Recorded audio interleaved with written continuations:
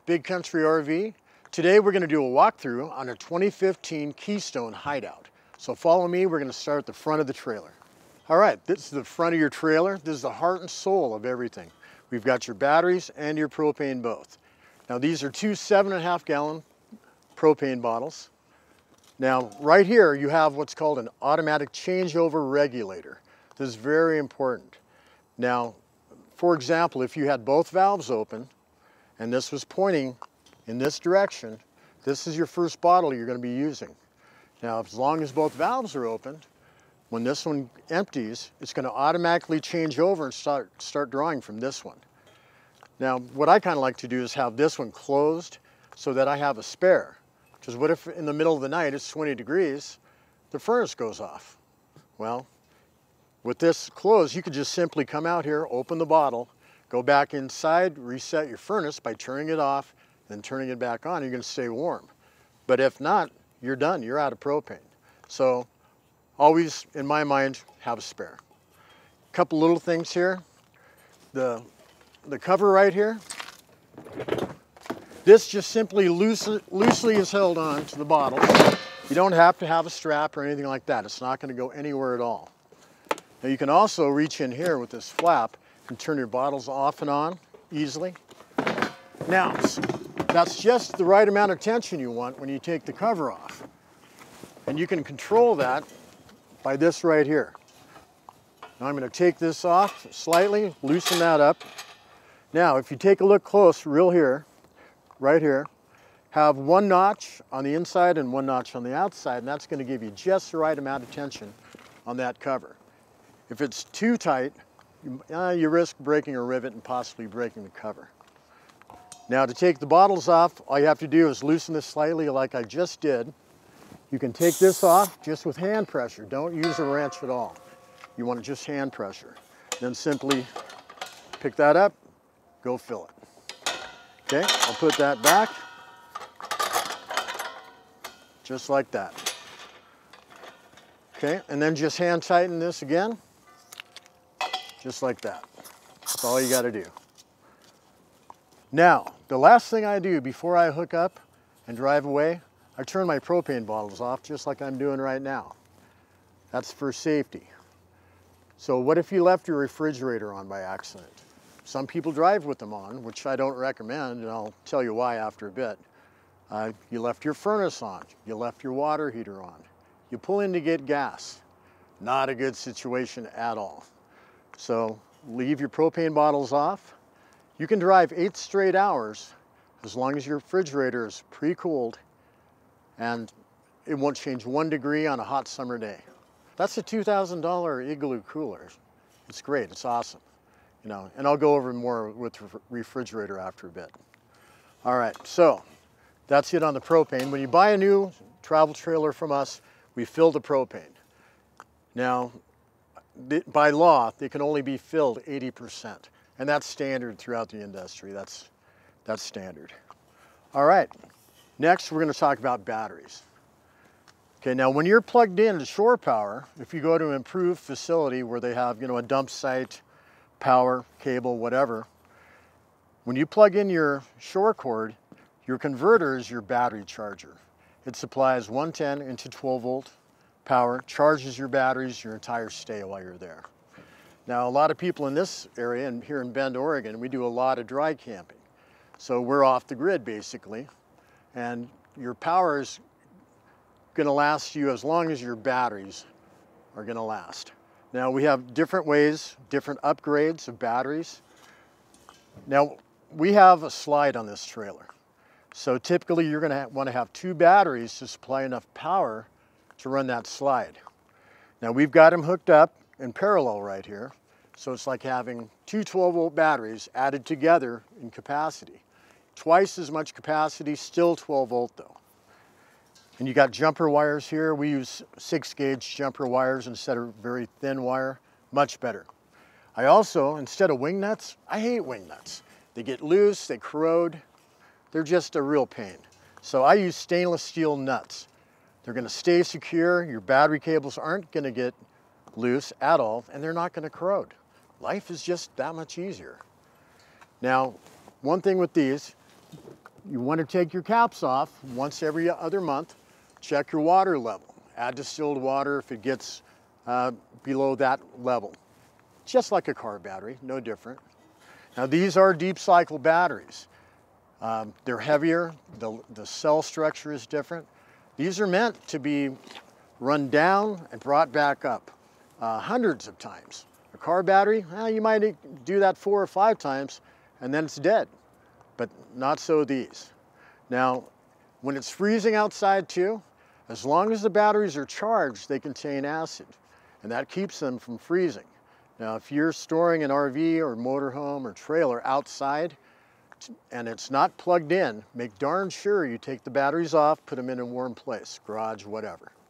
And that'll keep them from freezing because they're not cheap, you know, 150 bucks a piece adds up.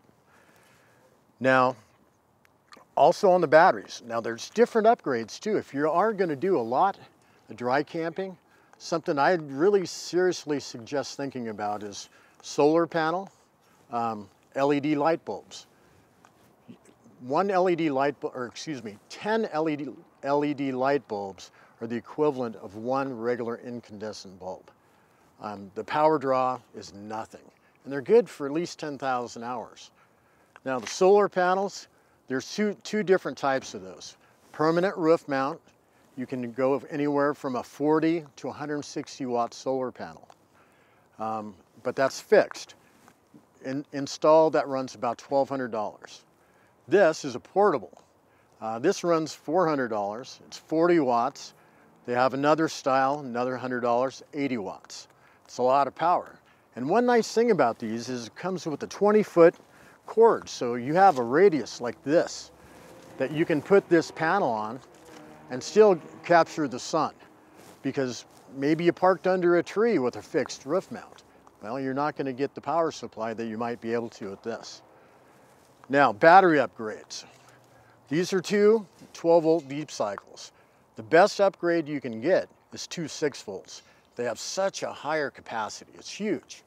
For example, if you had a single 12-volt battery that was stone dead, put on a 10 amp charger, it's going to take 10 hours to charge that back up. Same thing with a 6-volt battery, it's going to take 38 hours. I mean, just imagine the difference in that capacity. 2 12-volt batteries on a standard weekend, 2 to 3 days if you're not running the furnace a lot.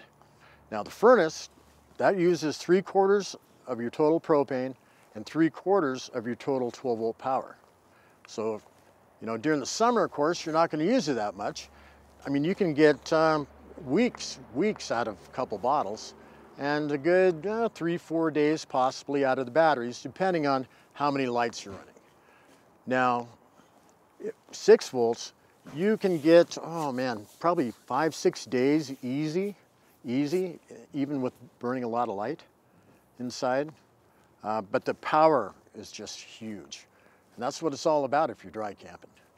Now, if you are out dry camping and you see your lights getting dim, or you check your monitor panel and it shows, oh, the batteries are coming down, all you have to do is back your vehicle up, your tow vehicle, plug in your 7-way, which is right here, start the car, the truck, let it run half hour, 45 minutes, and that's going to recharge your batteries.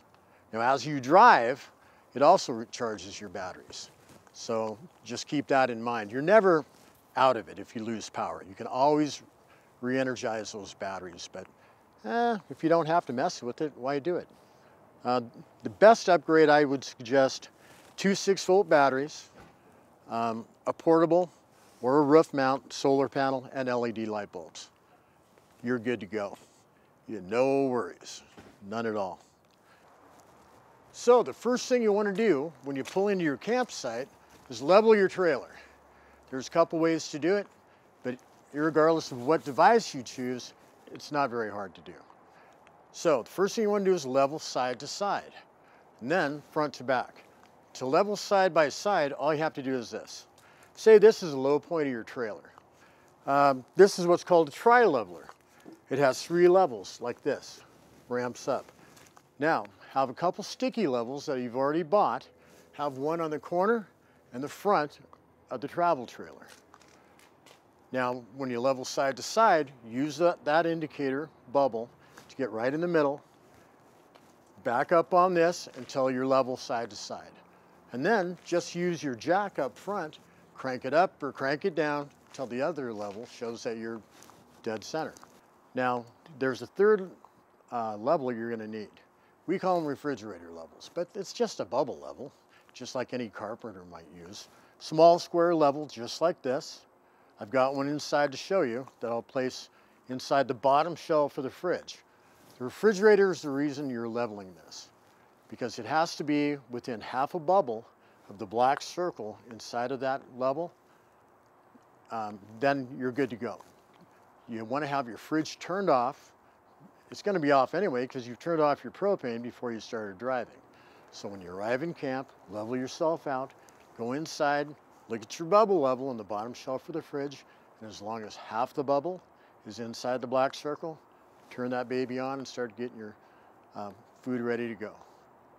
Now, after you've leveled it, the next thing you want to do, you have stabilizer jacks on this. If you look at the corner right here and up front here, I'll show you how to use these. All right, now we've leveled our trailer. The next thing we want to do is stabilize it. These stabilizer jacks right here, there's one on each corner. They come down and they're just meant to keep the trailer from moving around when you're walking inside of it. Do not use these for leveling. They're not strong enough. All they're going to do is bend. So here's a handy wrench. 3/4 inch socket.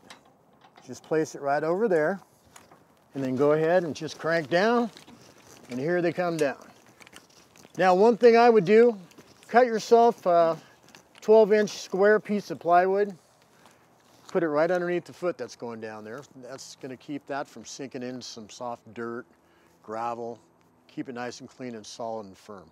Otherwise, there's not much point in even using those things. Now, if you lubricate these things, use something like dry silicone. Anything wet's just going to collect pumice and really make a mess, And another easiest way to do this, get a 3/4 inch socket, cordless drill, just go to each corner, zip, zip, zip, zip, and you're done. A lot easier than this, a lot easier on my back too. All right, now we're going to go to the water system and check that out.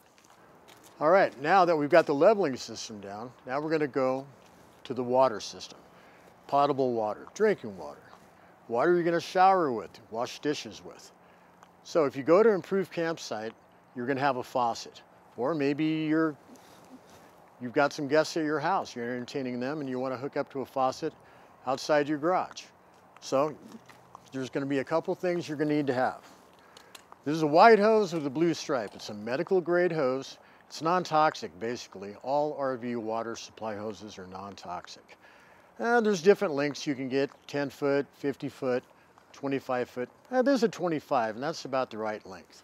If you need a longer one, buy another 25, join them together, no big deal. Now, I know when we were kids, we drank out of a regular hose. Nothing really bad happened to us, or so we think. But regular hoses have lead in them, so that's why we don't want to use those. Medical grade hose, white with the blue stripe. Okay, so one thing about this is in RV parks, say you've got an RV park that normally has 100, 150 sites, and maybe there's only 20 to 40, 50 RVs there. Well, they really ramp up their water pressure so they can distribute it to all those spots. Well, if there's not enough of them, that water pressure can be pretty high. So we need something called a water pressure regulator. That's this little brass fitting right here. This is going to reduce water pressure that can be up to 120 pounds down to 50, which is what these guys really like. You don't want to damage any of your water lines, put too much pressure on them. And I've seen it just happen instantly like that. So buy one of these. They don't cost much. You don't need a fancy one with a dial and a gauge, just a simple brass one. Don't get a plastic one. They can crack and they can break easy. So put it on the female side. You always want to have this on the faucet side of your hose, never on the trailer side, because what happens then is your hose can swell and burst because all the pressure reduction is taking place right here. You want it to happen on the faucet side. That's the way to do it. leave it on the end of your hose forever. It'll just live there forever. All right, a couple other options you have here. Water filter, and this just hangs real easy right here. It's got that spring there. It's not going to crack or break or bend anything. Water filter is good for up to a year. Just change it once a year and you're done. All right, this here is just a 45-degree elbow. Makes things easier to connect, hook up. Now, city water. As soon as I turn on the faucet, you have instant water pressure anywhere you want. You can use the toilet, shower, sinks, anything. You're good to go. Now, it's just like a house too. Same type of water pressure. All right, so that's pretty much it on city water. Now, what if we're gonna go off the grid? What if we're gonna go dry camping? Well, I'm gonna show you that, and that's on the other side of the trailer. So follow me. All right, so dry camping. That's when you're going out in the woods. You have no facilities at all. There's no faucets, there's no shore cords. You're running off your batteries, but you need water, so you're gonna take water with you. How do you do that? Well, you got a fresh water tank. Depending on the travel trailer, it could be anywhere from 40 to 90 gallons. This particular one has 50. So here's how you're gonna fill it. All you gotta do is take your hose, put this on the end of the hose, open your fresh water tank fill, simply put that in there, turn it on. Now, you might wonder, well, how come you just don't stick the hose in there? It's because the end of the hose won't fit. They make it that way on purpose, because if you could just attach the hose right there, yeah, the phone rings, you start talking to somebody for a while. Next thing you know, that 50-gallon tank in there is swelling and swelling, and you hear this noise. It's an explosion. It's an explosion from your wallet of about $2,000. So, in this case, if you forget, water's just gonna come out of here. It's no big deal at all. No big deal. So, how do you know when it's full? You have a monitor panel inside. Right inside the doorway, it tells you the levels of all your tanks, your fresh water tank included. And as soon as you get it full to where you want it to be, just turn off the water. Now, when you're done camping, you got all that water left, why tow it along? Why not save some gas mileage and just get rid of that extra water before you have to make a giant lake in front of your house? So all you do is right down here, right there. That's your fresh water tank drain. It's a simple little cap. Take that off, let the water start running out. It's totally legal. Go ahead and drive home. By the time you get home, all the water is going to be drained out and you're done. And that's it. That's how you fill and drain your fresh water tank supply.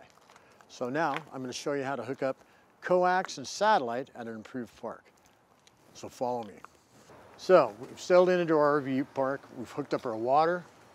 Now let's hook up our satellite or coax that we just got for free. So it's a good idea to carry a 10-foot spool of coax. Simply hook it up to the receiver box on the power pole and hook it up right here. All right, so that's going to take care of that. We'll go over the rest when we do the entertainment system in a bit. Now, power. We're going to hook up to our power supply.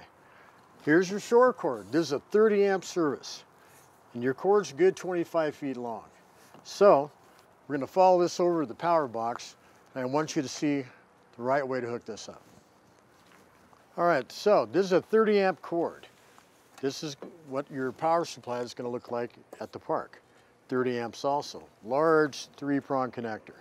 Now, would you ever plug your computer in to the bare wall? No. You're going to plug it into a surge protector because you want to make sure you got clean power and you don't fry your computer. Well, the same is true of a travel trailer, motorhome, anything else. So here is the surge protector. And what it's got right here is different signals depending on what light turns on, what could possibly be wrong. 2 green lights, power on. You're good to go. Go ahead and plug it in. Just like that, plug it in. Now you get some other warning indicators here. Then it's time to go up to the office and alert them to the possibility you got some bad power. Because what you risk is frying every 110 circuit in that travel trailer. Not cheap, not a good thing. So just simply plug that in, you're good to go. Now, the day before you guys go camping, you're going to plug into your garage or your house. You need an adapter for that too. Now, this is what you call a dog bone. Basically, it plugs right in just like that. It's going to plug in right here. All right, so that's about it on your short cord, your power supply, and how to keep the 110 circuit safe. So now let's talk about something really important, the sewer system. All right, so now the dreaded sewer system. And guys, I'm sorry to have to tell you this, but typically this ends up being your job. So the first thing you do before you use your toilet, get some RV toilet chemical. Typically, if it's a powder, take a scoop, turn on your water pump inside, throw it down the throat of the toilet, and just kind of press your foot valve there and kind of guesstimate 2 gallons of water, because you want to establish a base coat in the bottom of the black tank. The black tank literally only holds the toilet water. And you want the chemical and water covered about like this. So as solids go into that tank, the enzymes and the toilet chemical attack the solid, turn it into a liquid, which comes out the hose that much easier. So you also, this is very important, only use RV style toilet paper. It's biodegradable, it breaks down in water. Regular toilet paper doesn't. And it's not always just a straight shot on the drain. There can be angles like this. You could get a plugged up situation. Also though, mainly in your monitor panel where you press buttons to see how full that tank is, if regular toilet paper or something else you put down there by accident gets hung up on one of those monitor probes, it's going to give you false readings. Then you're going to have to come see me, spend some money you didn't want to get us to get that off that probe and get your monitor panel reading correctly again.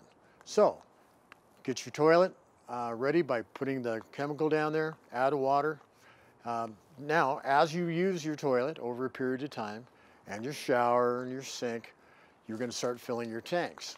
When you get about half full, press your monitor panel, and it's going to tell you how full the black tank, which is your toilet water, or the gray tank, which is shower and sink water, is getting.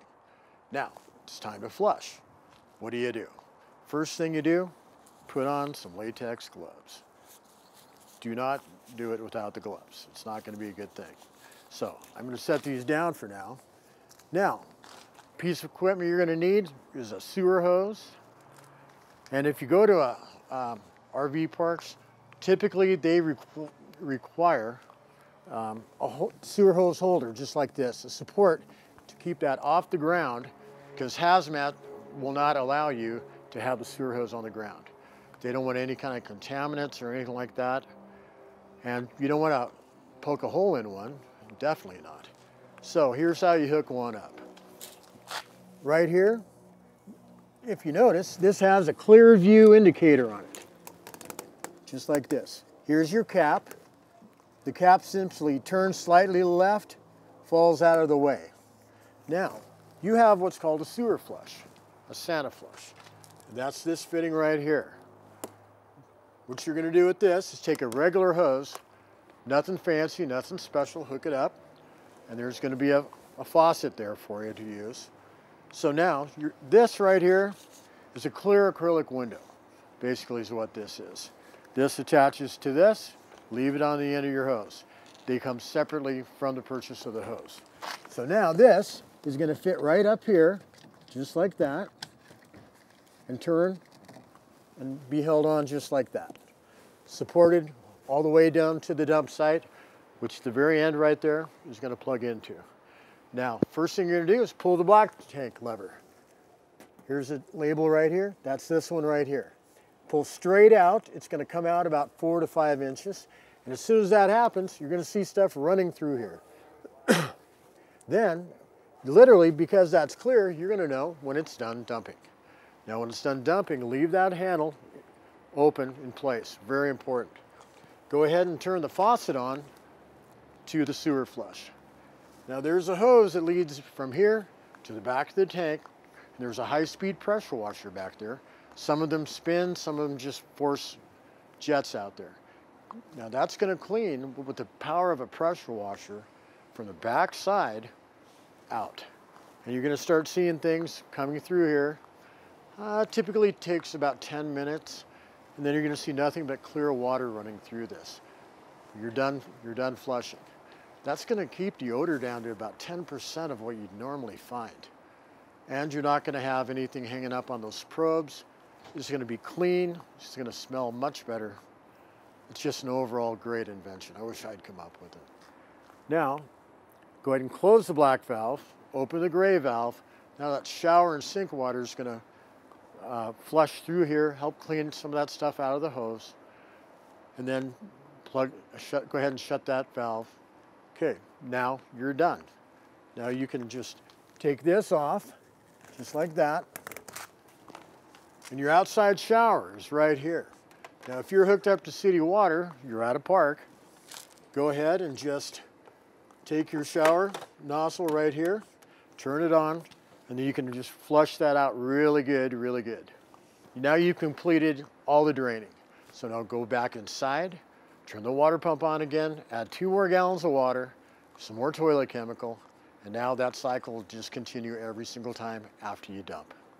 Your ladder's your access to your roof. I like to get up on the roof after every camping trip because I want to make sure a branch hasn't clipped or torn something. And if it has, I want to get it addressed right away. Roof leaks are no joke. That's the surest way to get some dry rot, electrical problems, and so on and so forth. You have a rubber roof on this. It's the easiest, cheapest one to maintain and to take care of there is by far. So just get up there after every trip, or at least 2 or 3 times a season. Check your sealant. If you're not sure how, bring it into us. We'll be glad to hop up on the roof, take a look for you. All right, so now we're going to swing around the corner, check out the water heater. All right, now we're going to look at your water heater. Just undo this clip right here, swing her down. Now your water heater has a 6-gallon tank. It's got electric and gas both. Now to operate the electric, you have 2 switches. Right down here in the bottom corner, there's a black rocker switch. It says on and off, as simple as that. Now that's a redundant switch, which means this switch and the one on the inside on the monitor panel both have to be on in order for this to work on electric. This right here literally is the electric outlet. Now you also have a drain right here. This is an anode rod. It's a zinc or a magnesium rod. Now this is a steel tank, glass-lined steel tank. Now whenever water passes by steel, it creates electrolysis. And that's going to deteriorate the sacrificial anode rod instead of deteriorating the tank itself. About every 1 to 2 years, you're going to want to replace this. It's got a piece of wire in the middle, and it looks just like an old wire coat hanger. And this is going to start to crumble and go to pieces. That's just the sign that it's time to buy another one. You know, they're about 10 bucks. Now, this is also the drain. You don't want to leave water sitting in this for a long period of time. When you get home, just drain it, because otherwise it's just going to get really stale, start to smell pretty bad too. So when you do that, you have a pressure relief valve right here. Just hold that, pull it out a little bit, it'll relieve all the pressure. Go ahead and take a 1 1/16 inch socket with a short extension and a ratchet. Go ahead and take this right out. Then I'm going to just put that in there just like that, close that up, and I'm good to go. All right, these new electric awnings are awesome. If it was raining right now and I had a manual awning, I'd have to get soaking wet trying to get that thing undone, bring it in, or to put it out. But now, all I got to do is press a button. And the other thing is too, if I'm pulled up close to a tree or giant boulder there or something like that, all I got to do is let go. I can still use my awning to whatever extent is possible. It's locked in place as soon as I let go of that button. Now I'm going to continue running this out until you see the full length. Now that skirting right there, that's straight up and down, that's all the way extended. Now check this out. We got an LED light bar all the way across for that romantic ambiance at night. All right, so let's go out here and pretend it's raining. And say my pathway up to the road is right up here.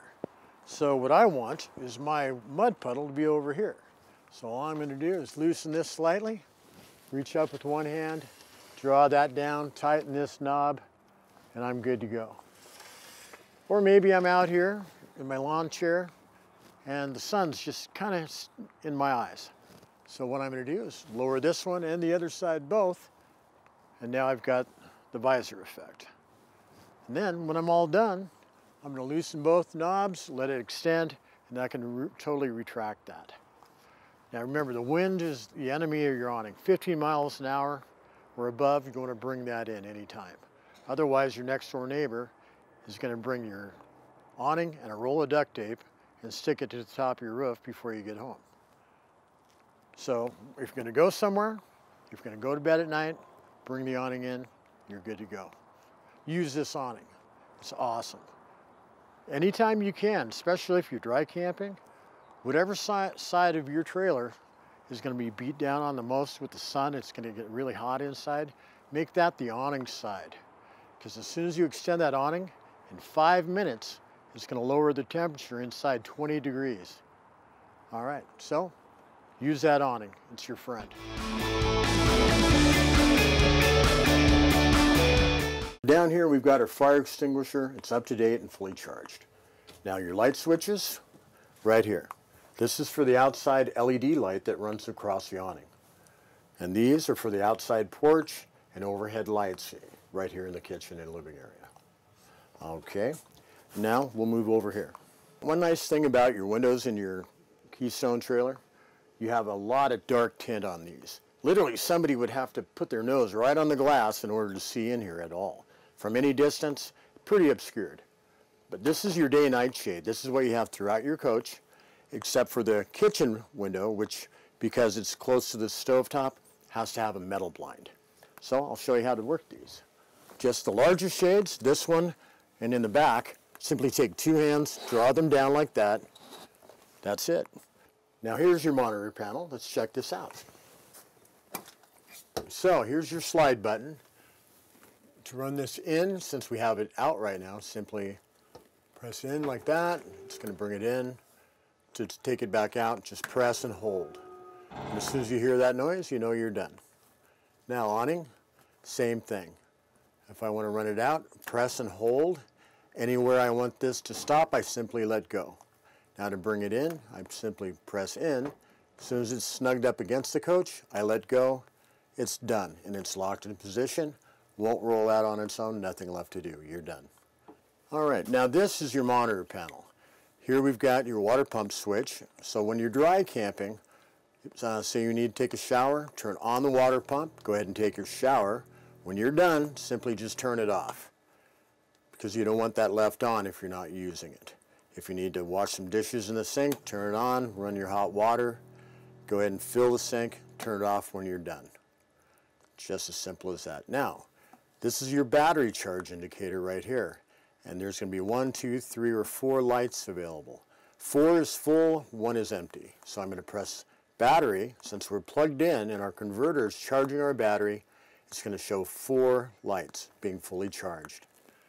Okay, fresh water tank is empty. Black tank, that's empty also, and the gray is also empty. So that's your monitor panel. Now your water pump switches. As I told you previously, you have an electric side of the water pump, which is this switch, and then the gas side, which is this switch. Now right now, say we're hooked up to an RV park outlet.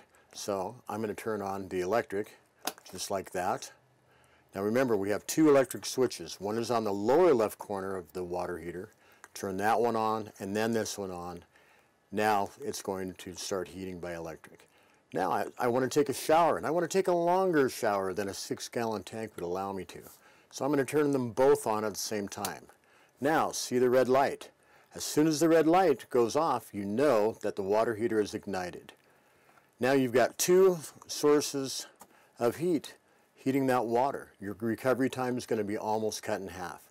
So instead of a 6-gallon tank in all theory, now it's more like a 10, 11-gallon tank. Almost twice as long as a shower. And then turn it off. Simply turn off the electric switch, turn off the gas, and immediately stops. That's your water heater switches. One of the newest features in trailers is the central vacuum system. This one in the Hideout, simply turn it on like this, turn it off. To get to the bag, all you have to do is put your finger right here, slightly push it over. That's going to come off. This is where the bag's going to attach. Just like this. slide it over, push in. Now I'm ready to plug in the vacuum right there. And that's all you've got to do. That's your central vac system. Now, over to our left, there's a louvered panel, a louvered door right there. That's your intake for your furnace. That's where fresh air comes in. It's sealed. Furnaces do not use filters whatsoever. It's a sealed unit, so don't have to worry about changing out furnace filters. All right, now I'm going to show you how to use your stovetop and your oven. This is really simple. Have one of those long lighters, and all you have to do, it's just like lighting a barbecue. Turn on light, there you go, flame on. Front burner, a slightly larger flame than the back two, so if you want to have something cook faster, boil water quicker, put it on the front burner. Something else too, you want to be able to clean underneath this too. You know, you boil something over, something like that.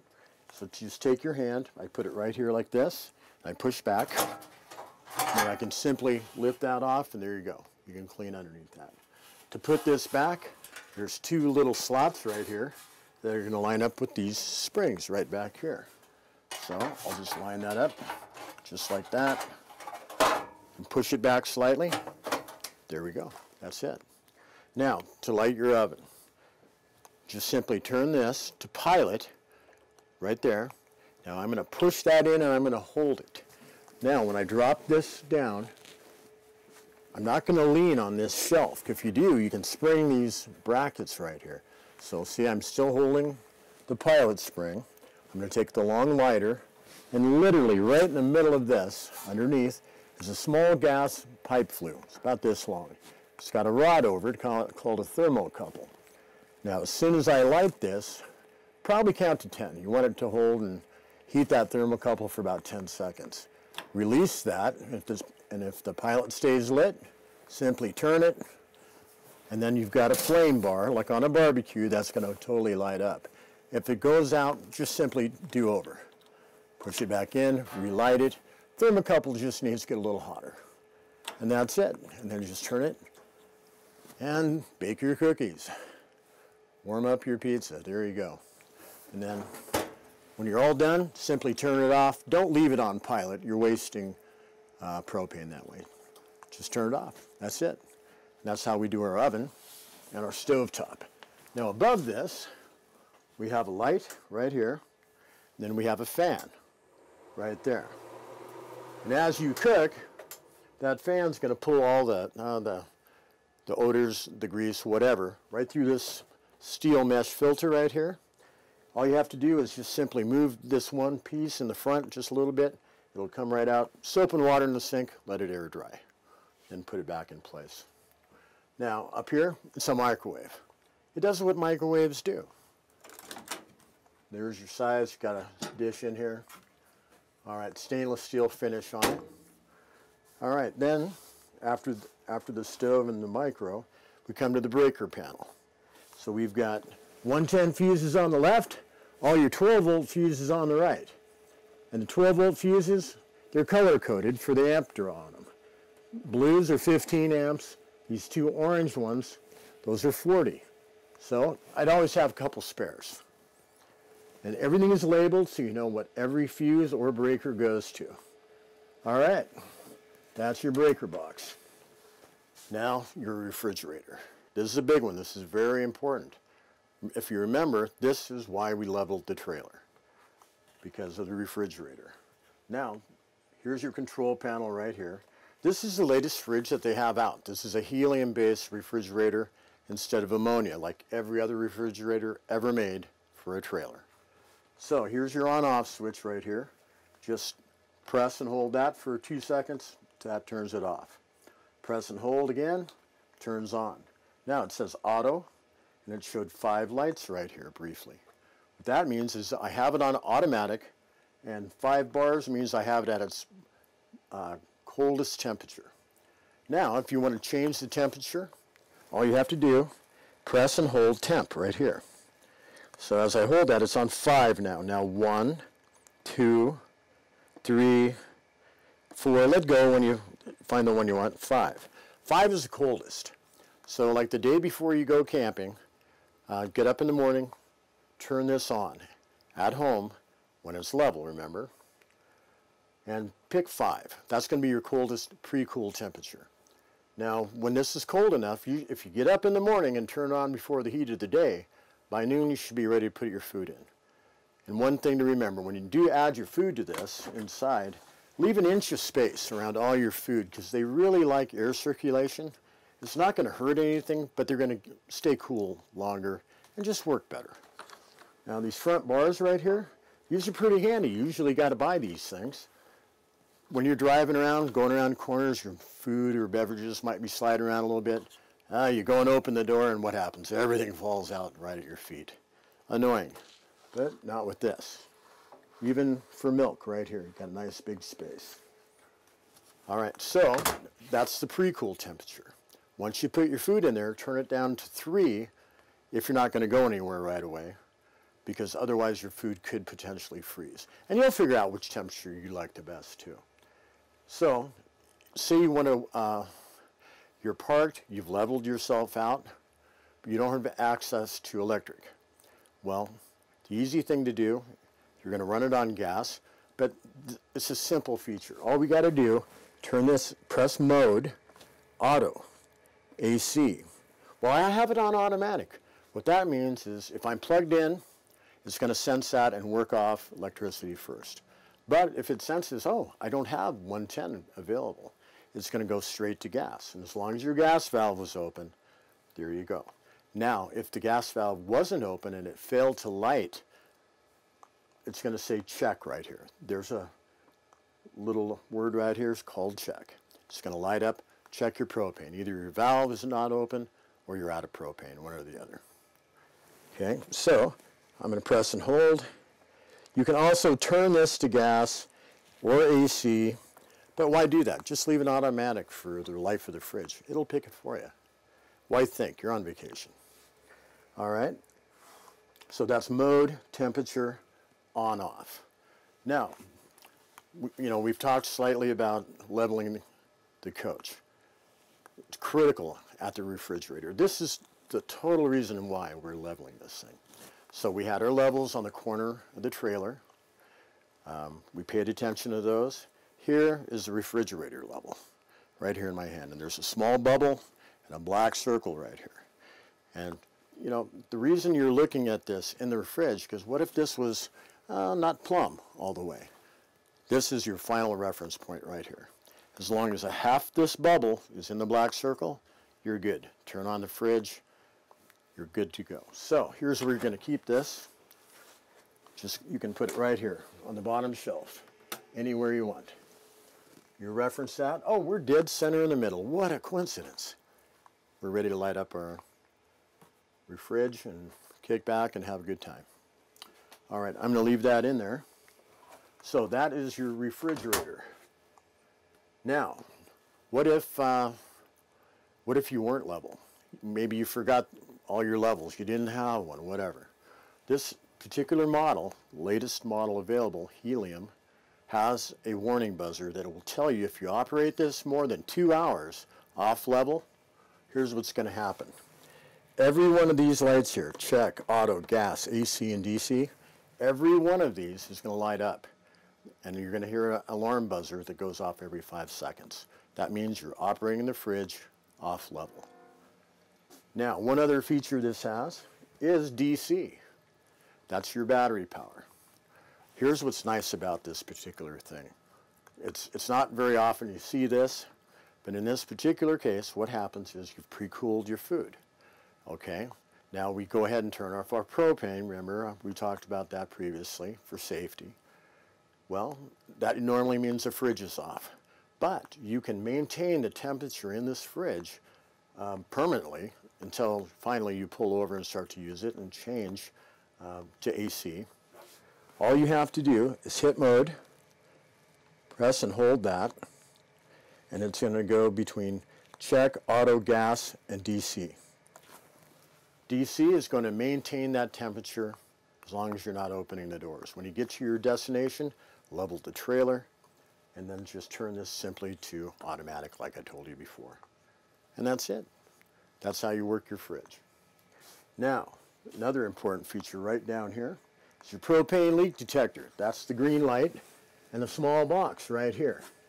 In the event of a propane leak, propane's heavier in air. This always has to be within 4 feet operating distance of the stovetop and the oven, because that's your propane source. So if you did have a leak, maybe got some little ones, and we all know that they like to play with knobs. Really about the only way you're going to actually get a propane leak is if maybe you bump into this burner, or my grandson decides he wants to play with it. Now you got propane coming out. It's going to go down, it's going to flow over there, and as soon as it hits that and that detects it, it's like the most annoying alarm clock you've heard in your life. And it's going to continue to go off until you disperse that propane. So if you hear that alarm, here's what you want to do. Do not, under any circumstance, turn on or off a light. It creates a small spark that could ignite a propane leak. Go right through your front door, open that door, open the other door, go directly to your propane bottles, turn them both off. And now just wait. This will go off as soon as the propane disperses. Now, these propane leak detectors, they sense hydrocarbon. Hydrocarbon could be propane. It could be hairspray. It thinks hairspray is propane. It could be exhaust from a truck or car exhaust. It's going to treat it the same way. I even had a customer once who came home from work. The first thing he'd do is take his work boots off, set them underneath the refrigerator, kind of like by a heat source right here so they'd warm up. Well, every time he did that, his propane leak detector came on. Turned out it was his boots. I don't know, crazy story, but it's true. Another thing too, now you can clean this trailer with any household stuff you have. Just treat it like your home, no big difference. Only thing you want to be careful of, do not spray or have on a rag any kind of cleaning solvents and get it near the propane leak detector, because this has a chemical inside that is used to help sense the hydrocarbons. And if you do put some cleaning agents on that, wipe it off, it's going to kill it. And they're almost $100. You don't want to go there. Just wipe it off real simple with some hot water. That's all you got to do. Everything else though, fair game. Clean it up just like you would at home. Here's this excellent Jensen entertainment system. This is your Jensen deck. Now you've got 2 remotes in your trailer. This is the one for the Jensen deck right here. So I'm going to lay this down right here. Let's go into some features and benefits here. So first of all, we got a single port here. That's going to be for like an MP3 player or any single mono game that you might have. Here's the real kicker here though. It's got a USB port. So that means you can use your TV as a monitor for a Wii game, a laptop, a digital camera if you want to leaf through your pictures. You just got some taken down in the canyon. But your radio is great. This will turn it on and off. I've got it pre-channeled. Oh yes, money. Perfect. And this thing really cranks. You have outside speakers also, and they're marine style speakers, so they're totally weatherproof. Now, right here, A, B, or C. What set of speakers do I want to listen to? So if I hit A, that's going to turn off the ones literally above the TV.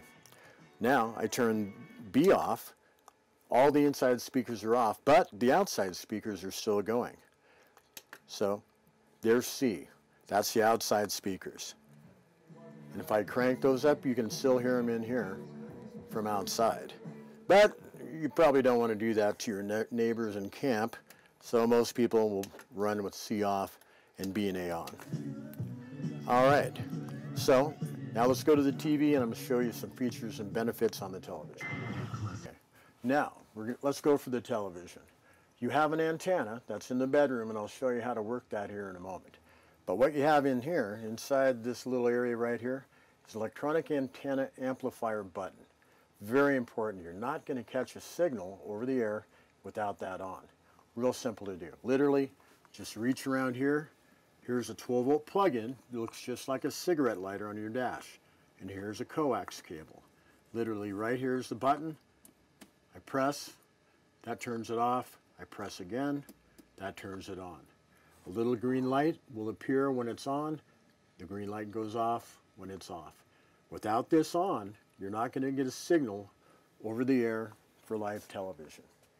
Now, if you're going to initiate cable or satellite in an RV park, that has to be off. Otherwise, that will scramble your cable or satellite signal. So typically, if you're not watching television, have the button off. It's a slight power drain.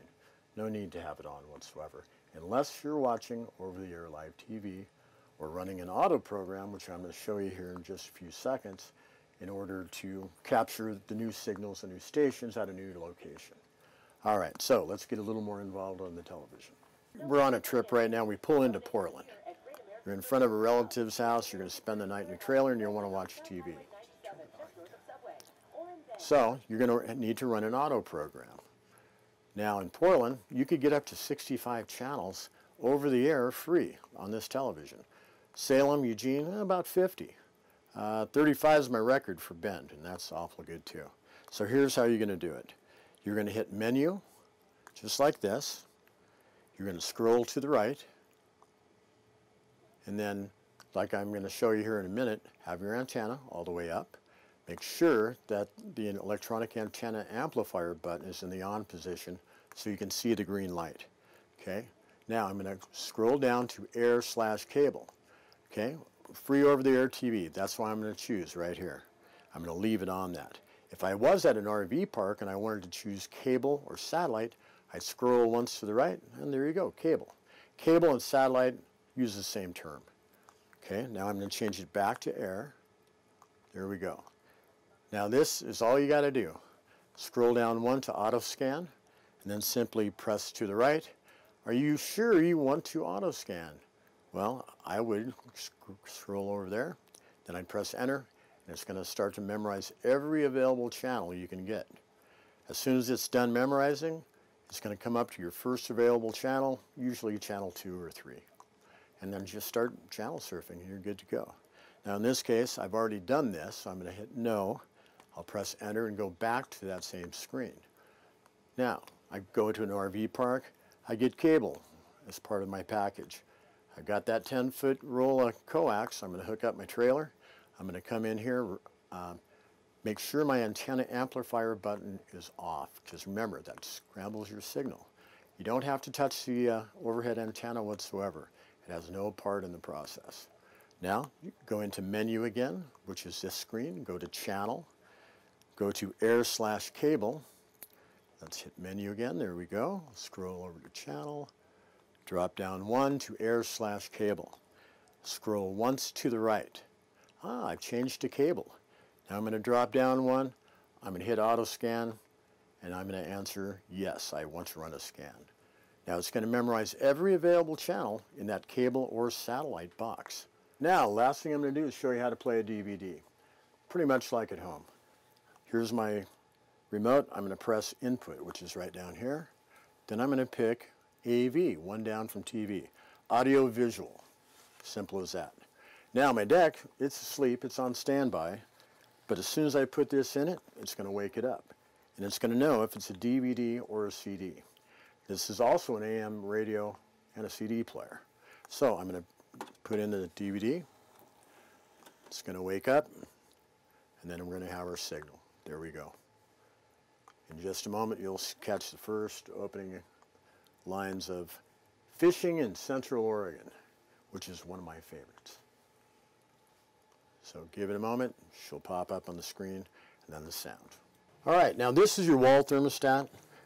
This operates your furnace, your air conditioner, and your fan. This is a really simple one, just like your house.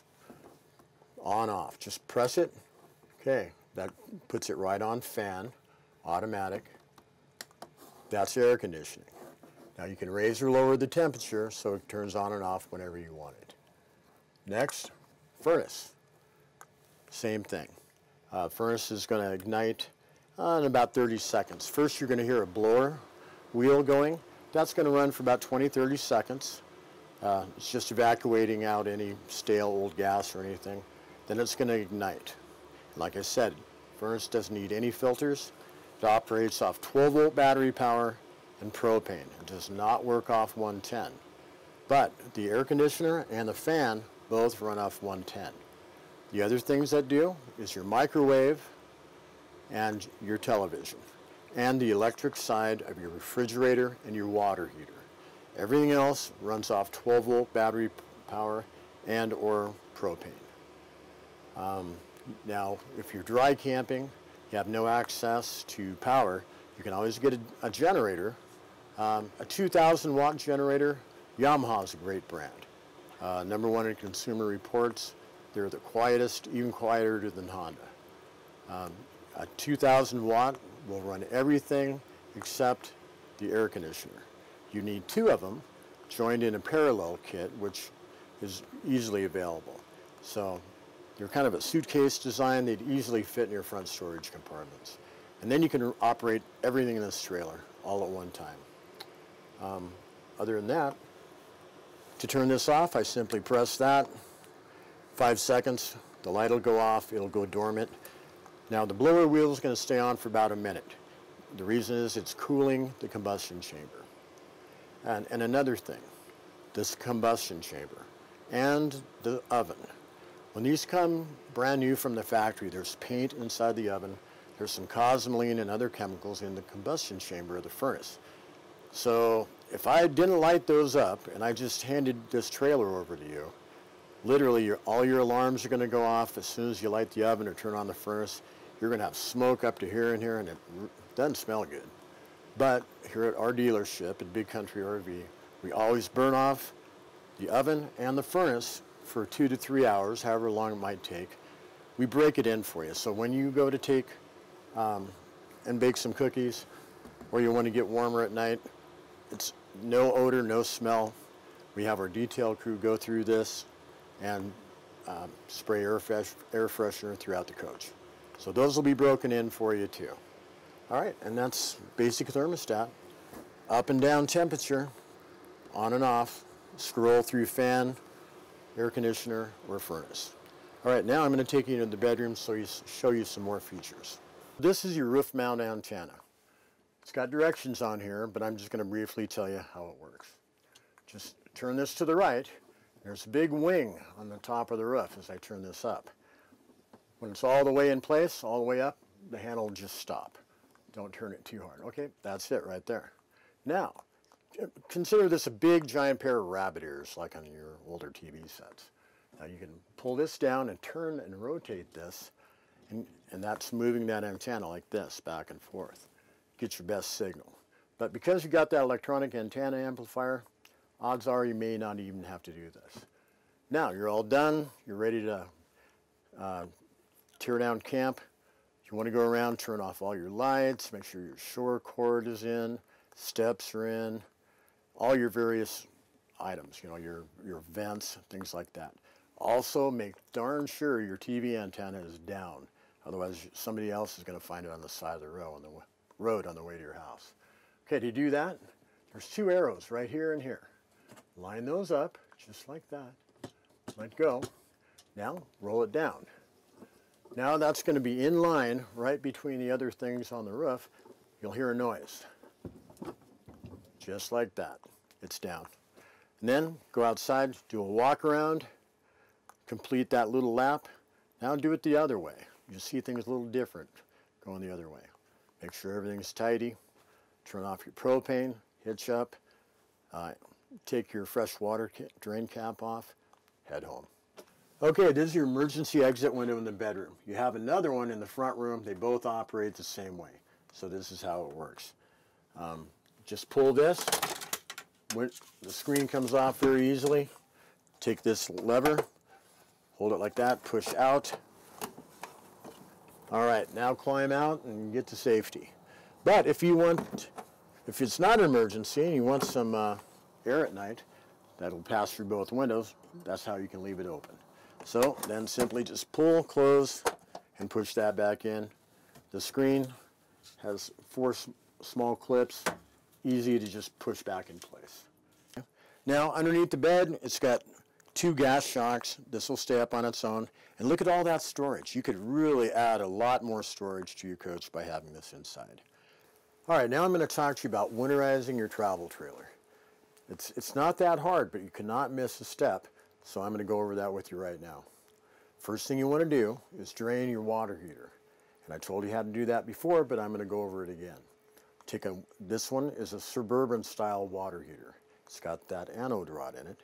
To remove that, you're going to need a 6-inch extension, a ratchet, and a 1 16th socket.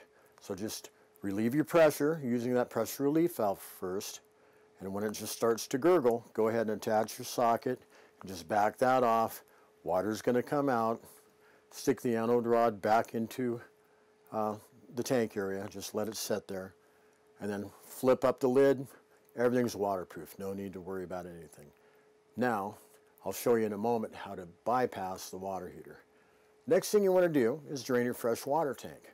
So get underneath, take the cap, remove it all the way. Water's going to start coming out and it's going to drain totally. Totally full, probably about 40 minutes.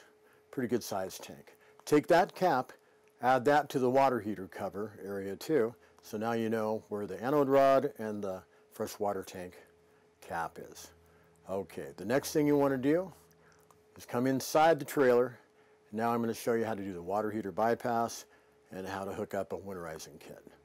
All right, your bypass on the back of the water heaters, this particular trailer, is underneath the sink. Now I've removed this access panel right here. There's 4 screws that hold it in place right here to hide the water heater.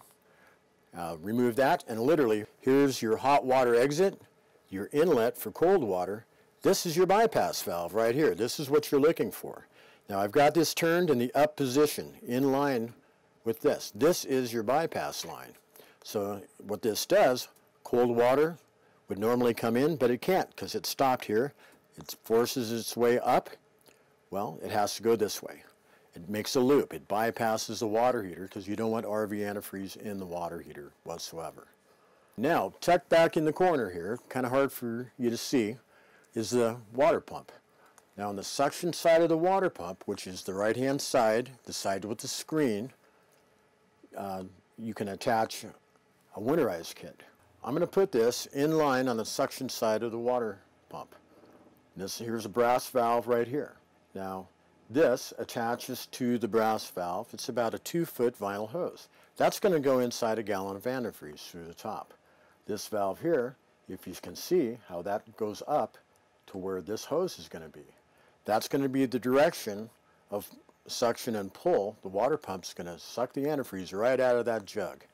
You can winterize this particular trailer with under 2 gallons of antifreeze in probably 15 minutes.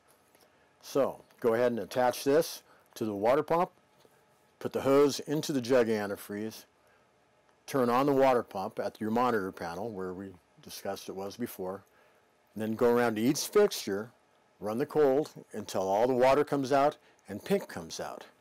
Then shut that off, turn the hot water side on the kitchen faucet. Run it until pink comes out. Repeat that on your outside shower, in the sink in the bathroom. Press your toilet and flush it until pink comes out. Run the shower, hot and cold, until pink comes out. All right, now you only have one thing left to do before you're done. Now outside, on the passenger side, you'll see a red plastic tube coming down and a blue one. That's a hot and cold low point drains, and there's a cap just like there was on the fresh water tank. Just slightly loosen that until water starts seeping out of it, and as soon as it turns pink, tighten it by hand. Repeat that with the other one. All right, you're done. You are done winterizing your trailer, and you just saved 60 bucks. This is your RV toilet. It's made out of ceramic, so it's going to clean up just like the one at home. Now, if you remember when we were talking about the sewer system, this is where you put your RV style toilet chemical. So pretend it's a powder. You're going to take a scoop of the powder, throw it in here, press the foot flush with your water pump on or city water on, and you're going to have water just streaming down in there until you release your foot off the foot pedal. Just kind of guesstimate 2 gallons of water for a trailer and a tank this size. When you're done, just simply release, and that's it. Now you're ready to use the toilet. Now, if you want to clean this toilet a little better, you can simply just press and hold this slightly. Now the bowl is going to fill with water until you let go. So you can literally get the water up to here and easily clean the entire bowl that much easier. And that's your toilet.